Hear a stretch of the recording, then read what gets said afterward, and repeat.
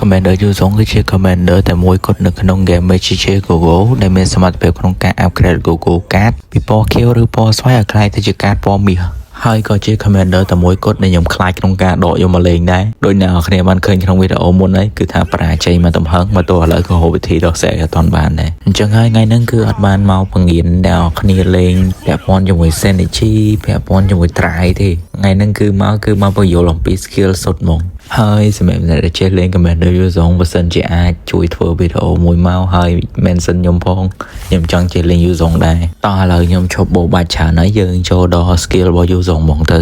original skill របស់យូហ្សុងគឺមានសមត្ថភាពក្នុងការ upgrade កាតឡើងមួយកម្រិតមានន័យថាបើសិនជាក្នុងពេលដែលយើងហៅកាត original កាតវាពណ៌ខៀវយើងនឹង upgrade វាឡើងបានមួយកម្រិតពីពណ៌ខៀវឡើងទៅពណ៌ស្វាយហើយបើសិនជា original កាតពណ៌ស្វាយយើងនឹង upgrade វាមកកម្រិតពីពណ៌ស្វាយឡើងទៅពណ៌មាសតែបើសិនជា original កាតរបស់វាពណ៌មាសយើងអាច upgrade វាបានទៀតទេព្រោះវា maximum ធំពណ៌មាសហើយចឹងប្រពីការ upgrade កាតយើងនឹងទទួលបានរង្វាន់ random មួយក្នុងចំណោម4ដែលក្នុងនោះមានដូចជា magic crystal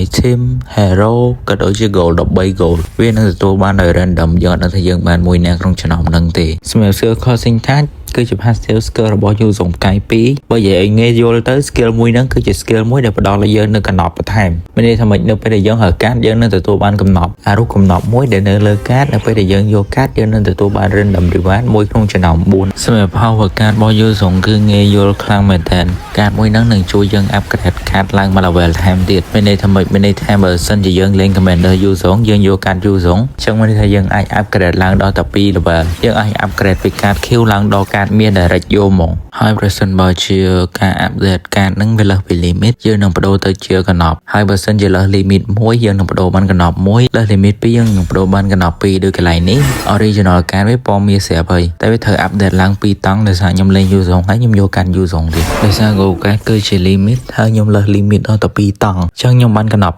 2ដោយកណប់ទី1ខ្ញុំទទួលបាន synergy និងកណប់ទី2ខ្ញុំទទួលបាន13កាតឥឡូវហ្នឹង skill យូហ្សុងខ្ញុំបានបញ្យល់អ្នកនរគ្នាអស់ហើយពាក់ព័ន្ធជាមួយអ្នកនរគ្នាយកទៅលេងបែបណាអាហ្នឹងវាអាស្រ័យទៅលើអ្នកទាំងអស់គ្នា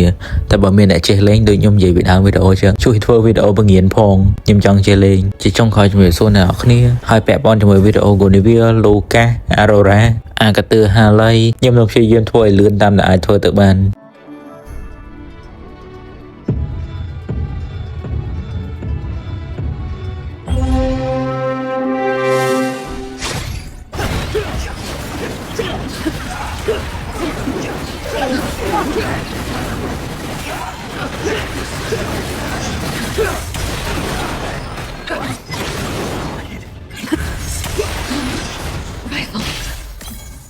A temporary setback. The Black Dragon shall return.